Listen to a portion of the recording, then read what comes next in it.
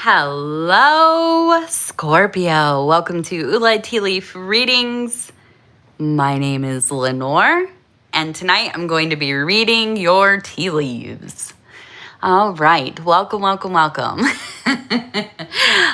It's so nice to have you here. We have the star energy to start out the reading, which is all about our dreams, our aspirations, the things that we need to do to get there, the things that we're willing to do to get there, the things that, maybe not. Maybe this is the deal breaker, right? But this all pertains to the work it takes to evolve our lives in the ways that we want to, right? In the ways that we need to. And sometimes in the ways that we don't want to, but gosh, we really need to. Unfortunately, that happens more often than not, at least for me. Anyways, it is so nice to see you. It is so nice to feel you. It is so nice to commune with you. Okay. So, I don't know. I'm trying to figure out how am I going to start these videos. If you've been with the channel at all, you know they're clunky beginnings. It's supposed to be the most important part of the video because it really hooks people in. I freeze every time. I don't know if I'll ever get over it. Maybe I just need to film the part later in the reading and cut it and put it in the beginning because I always turn on the thing and I'm like, so anyhow. But it is nice to have you here.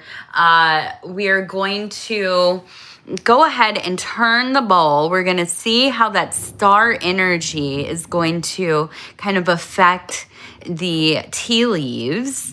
And the other part, if you want to like, subscribe, or leave a comment, I would love to hear from you.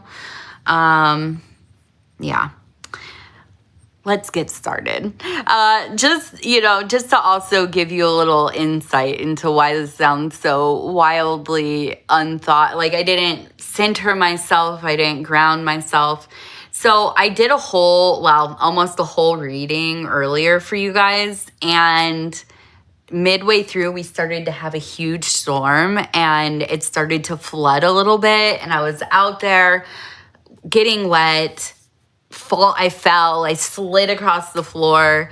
I thought I broke my arm. I'm all good. Everything's good, but I am a little scattered. So I'm sorry about that. But I was anointed and renewed by the waters. So I can say that was a very blessed experience.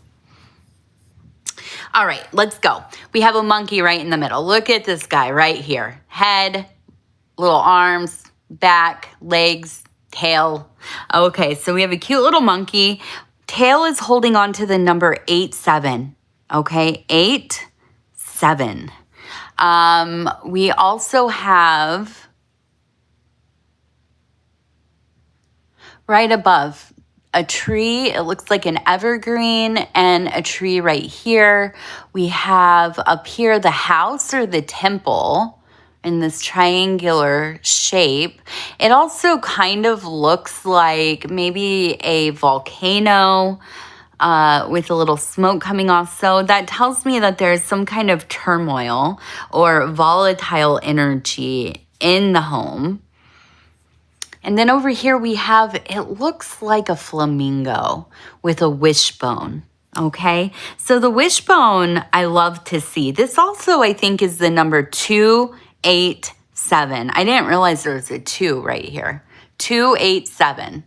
Okay, so we have the wishbone. That tells me a wish will be granted for you. Okay, so you have good luck. Good luck is coming through. It's coming your way. Save it for something important because this seems like something's going on. Okay, so we have that monkey. That's also the 2. Synonymous with the Fool, really. But it's not just the Fool. It is a sense of a jovial, uninhibited energy, intelligence, but here's the other side. Prone to anger. prone to lashing out, okay? We have the evergreen, and we have another bush of some kind. It feels to me, and this is between the house, right, or the volcano house, and the monkey. It seems to me that there's somebody outside of your domestic life. They don't live with you, or maybe they do, I don't know, but they're not your primary spouse or partner or companion or best friend or, family member that you live with, that you're really close with. It's not your number one person. This is somebody who is outside of that core unit, but they're lingering. I can feel them. I can feel them trying to infiltrate. I can feel them being reckless. I can feel them, not worried about breaking hearts or, hurting people's families.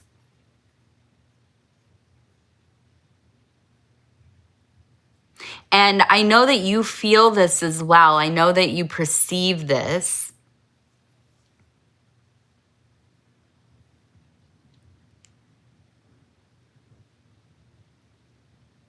And I feel like it's like you've put up a barrier, but I almost feel like it's like you can't or you won't.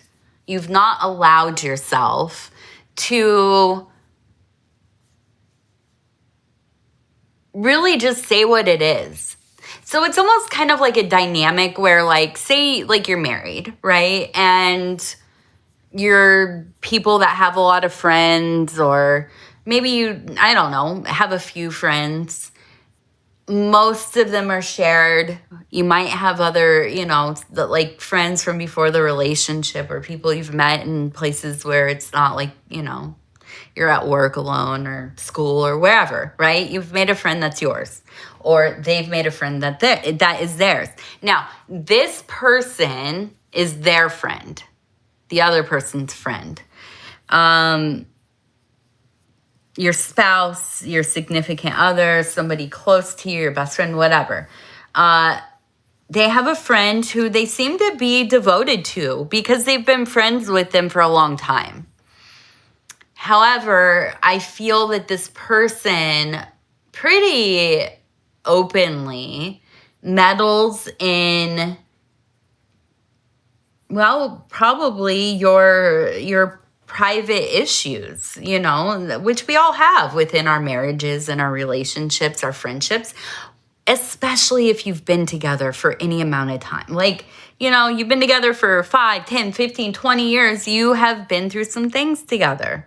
You have had some, issues come up, things that you've had to work through, whatever. Now, you bring somebody who doesn't have boundaries into the mix and let them see or bring them into the relationship where maybe nobody belongs. And, I don't know, maybe you're monogamous. I'm assuming monogamy here. And assuming that you're a pretty private person as well, being a Scorpio.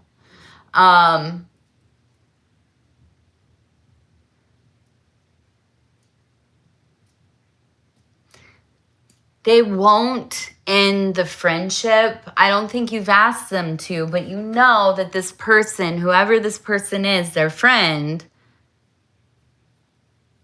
is causing problems on purpose. And I think, I don't know that they necessarily have a thing for your friend or significant other, like it's a romantic or, trying to hook up or any of that. I think they're just kind of like a bad person that likes to cause problems in people's lives. Now, I shouldn't say bad person. I don't really believe in bad people. People do bad things, for sure. But I don't know about a bad person. But I do feel like this is an unsafe person. And I think you're really perceiving that. I feel like things are coming to a head. Something is going on. right? This one feels different than the last little dramas. This feels like it's actually going to end up affecting your life in a way that you can't take back later on. It will change the dynamic of your relationship and this person's, place in your life. Hopefully, they won't have one. Okay. But here's the deal. This is going to depend so much on how you kind of stay in your resolve. Now, I'm not saying you need to crash out about this or you need to just finally get to that point where it's all right, now we need to talk about something here. No, I'm not saying it needs to be anything like that. But I do feel like, I hope, that you're working on your boundaries and sticking to them. Okay.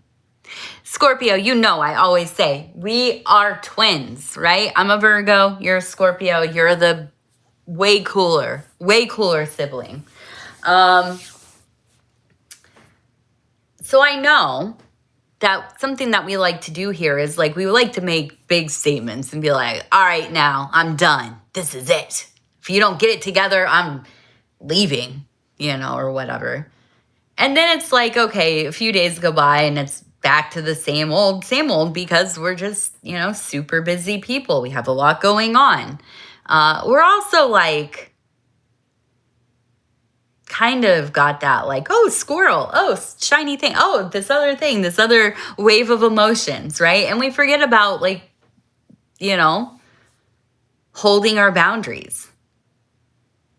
Well, not this time, Scorpio. I feel you being quite serious about getting things into a place that feels good and healthy to you. I can't see you just hanging out in this vibe any longer. So I feel like there's some kind of ultimatum. It's me or them kind of deal. Now, of course, I don't know. It could go either way, but I do feel like from what I'm seeing, and I'm going to turn this. So let's see. We have the number 29. We have a little baby dinosaur being fed. Look, mouth open. There's a person standing here feeding.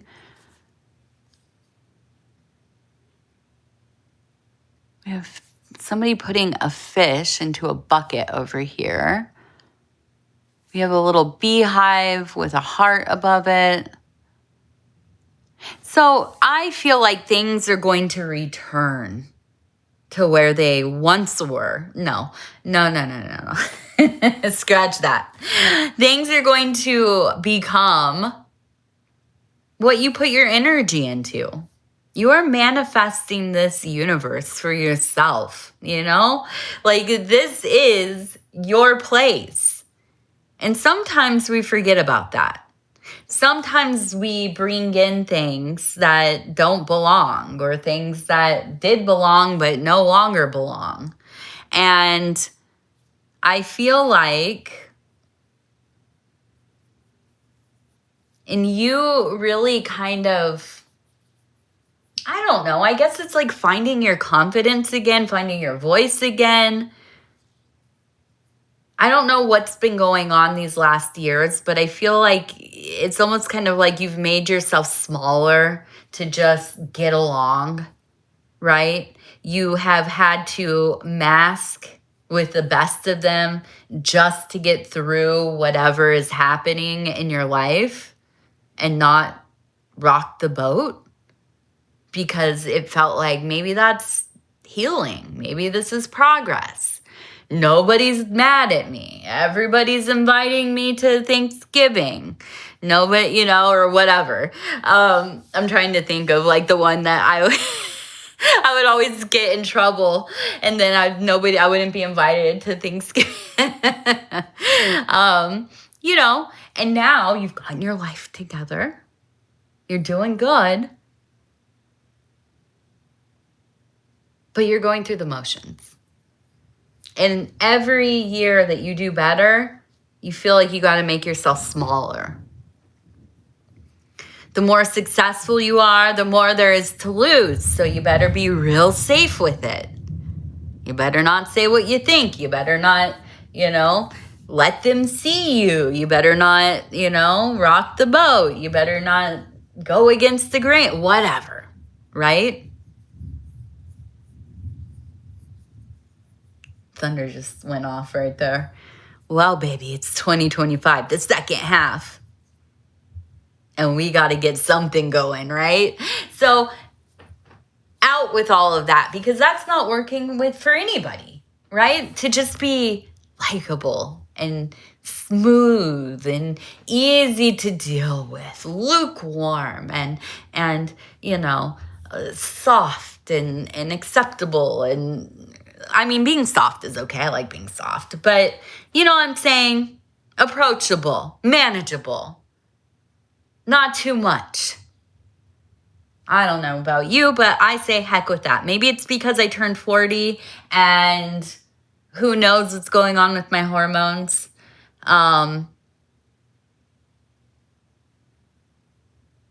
Just don't care anymore. I don't know. Just don't care anymore. You're going to hear it how you hear it. And that's on you, babe. Sorry. But I feel like collectively, I have had the great pleasure of meeting a variety of women who are going through the same stage in life. Maybe not the same age, but the same stage. I am just going to be who the heck I am because I am too tired and too fed up and too whatever to pretend anymore. The heck with it. Who are we performing for? Because I know it's not for myself. Because I don't like that person. I don't like that easy person. I don't like that put together person. I don't like that person that doesn't say what they have, holds their tongue, waits their turn. Polite. It's not me. And you know what? It's not a lot of us. And the heck with it. Now, I'm not saying go fully feral and just, wreck your life. But now, the dinosaur thing to me is so dope because it looks like the inner child, but it's also like the reptoid brain. Right? It is that reptilian brain that we all have. It's the primal driver, right, of our brain makeup. At least that's what they used to say. I don't know. I haven't looked at the news today. It could be completely different. Everything is being disproven and reproven and rebuilt and taken apart. I don't know. I don't know where we stand collectively on this. The reptoid brain. The reptilian brain. But I do feel like what this tells me, because it's like the little baby and it's also the lizard, you are babying that part of yourself that wants to bite the fingers of the person feeding you immediately. You are learning to control your reactions, your coping mechanisms. You are absolutely a master. And we just talked about this, right? These last years have gone pretty well outwardly because you've had so much control of yourself. But on the inside, it feels really inauthentic. So you've mastered that control, but it's really about readjusting the dial, right? Like, temper self, baby, but don't go so wild that you turn it all off. It's like that saying, right? Be careful of expelling all of your demons, or any of your demons, really. Because what's left, you might not like. Sometimes we have to look and see that the things that maybe annoy other people about us, or maybe make us feel self-conscious, like, oh, I talk too much, or, oh, I interrupt people sometimes. I always say sorry. Oh, I get so excited. Oh, whatever. I don't, I can't even think of like any awkward situations that you've felt socially recently, right? Where you like are in a group of people and it seems like it went really well, and then you go home and you like analyze it. Do you do this? I don't know. Maybe it's just me. I analyze every word I said, every way I said it. Did they take it wrong maybe? Was that too much? Did I show them too much of myself? Whatever. I feel you just losing the weight of that oppressive need to perfect however you present yourself, to fit in enough that nobody like singles you out, but also that you're not like, you still want to be noticed, remembered. Okay. But all of this, I feel like you're turning a corner, and it's like finally to the point where you're realizing, and maybe this is where the internet has helped me greatly in my life, finding out that I'm not alone in the ways that I feel, because nobody in my real life, besides in therapy, will ever say to me, this is my experience. It feels like nobody, whatever. I've never said that to anybody, and I don't know if anybody else feels that. And I'm like, oh my gosh, that's me, 100%. I feel that. I almost never have experienced that in real life, right? But on the internet, all types of stuff I read, and it's validating. And it makes me feel, and I hope that this is the same for you, that it's okay to be whatever you are. The many different things that you are.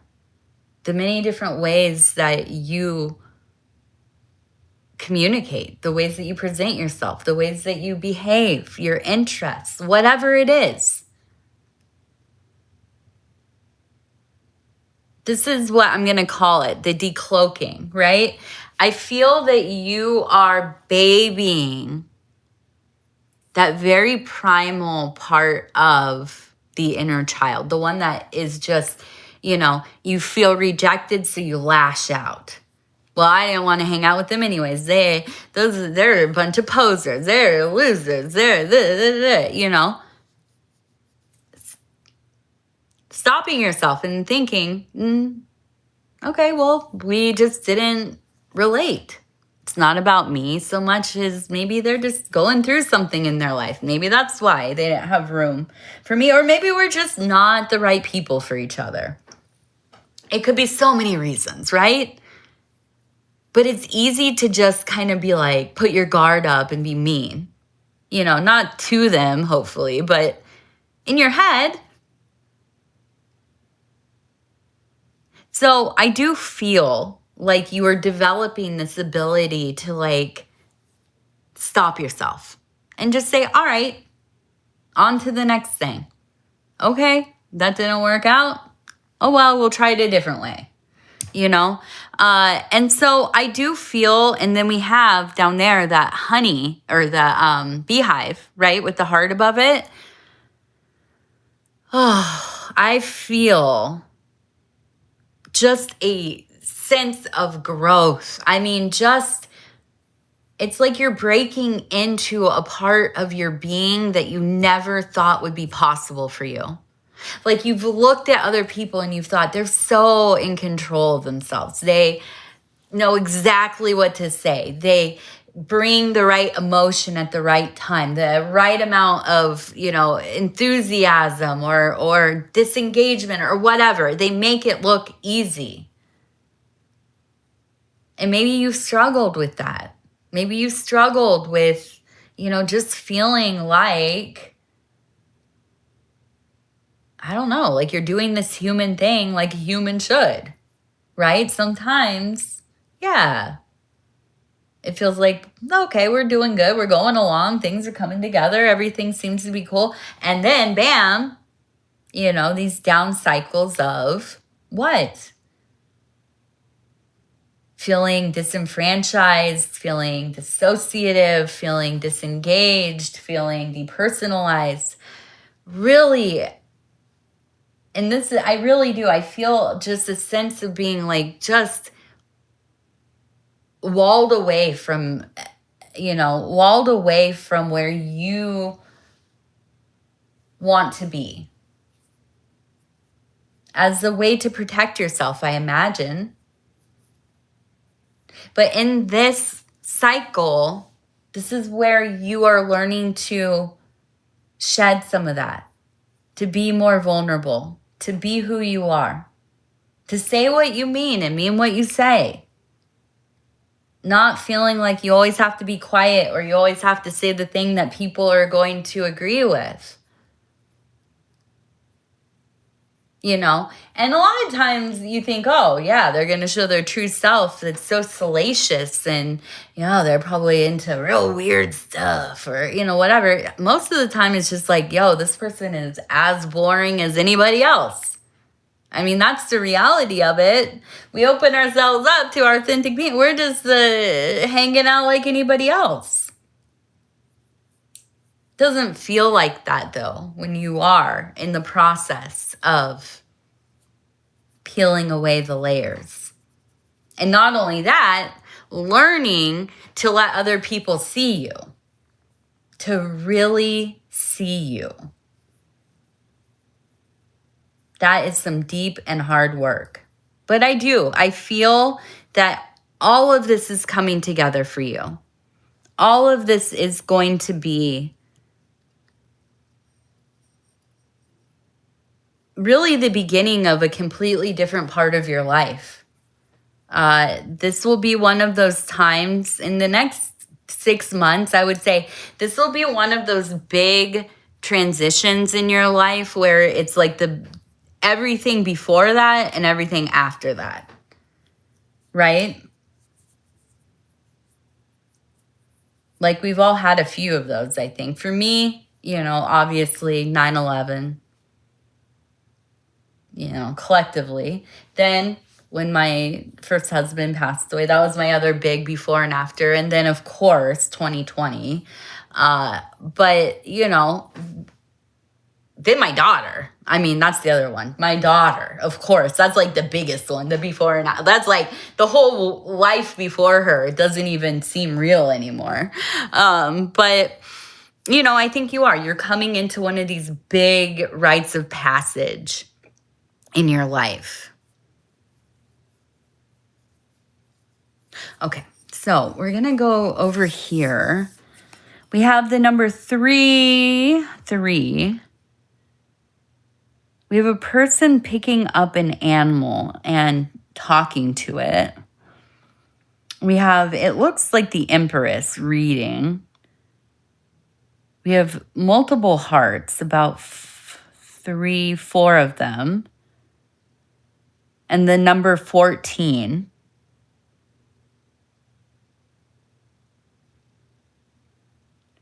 So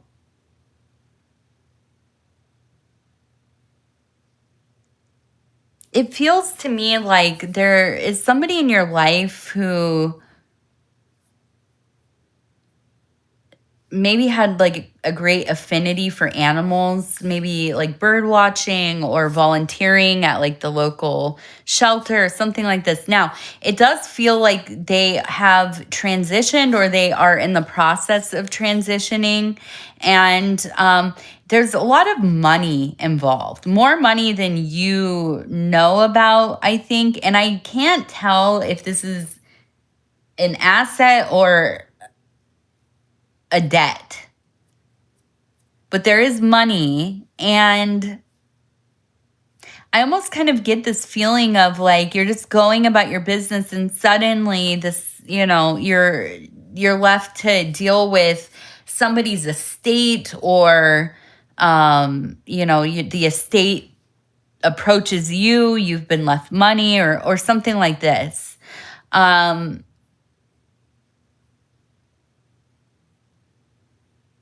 it feels like it is unexpected, but is such a great place of love. This person loved you so much. Loves you, I should say. Now, we also have the number 13 and 22. 13 and 22. Oh, my body hurts. I fell so hard earlier. I haven't fallen that hard I don't even know how long. I mean, since I was young, I think. Okay, here we go. Come on, go up there. 52. Number 52 for our first lucky number.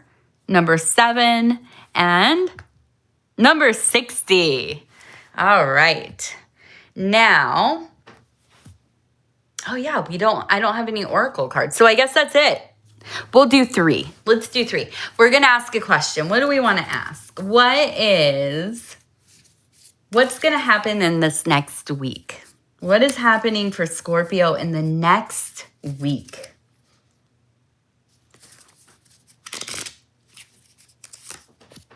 Oops.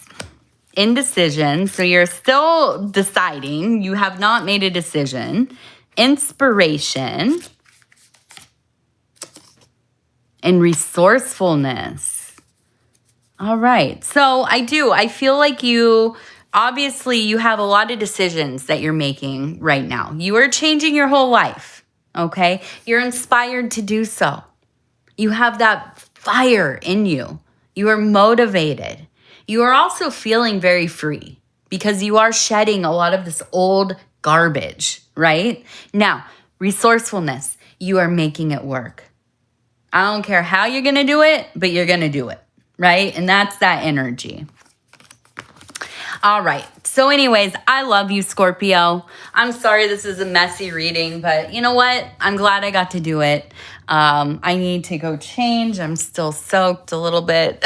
But I had to get my reading done before I had to run off and get my daughter from school. So anyhow, I love you. I love you. I love you. We're going to talk again real soon. Like, subscribe, or leave a comment. I'd love to hear from you. Other than that, again, I'm going to say I love you. We'll talk soon. Good night.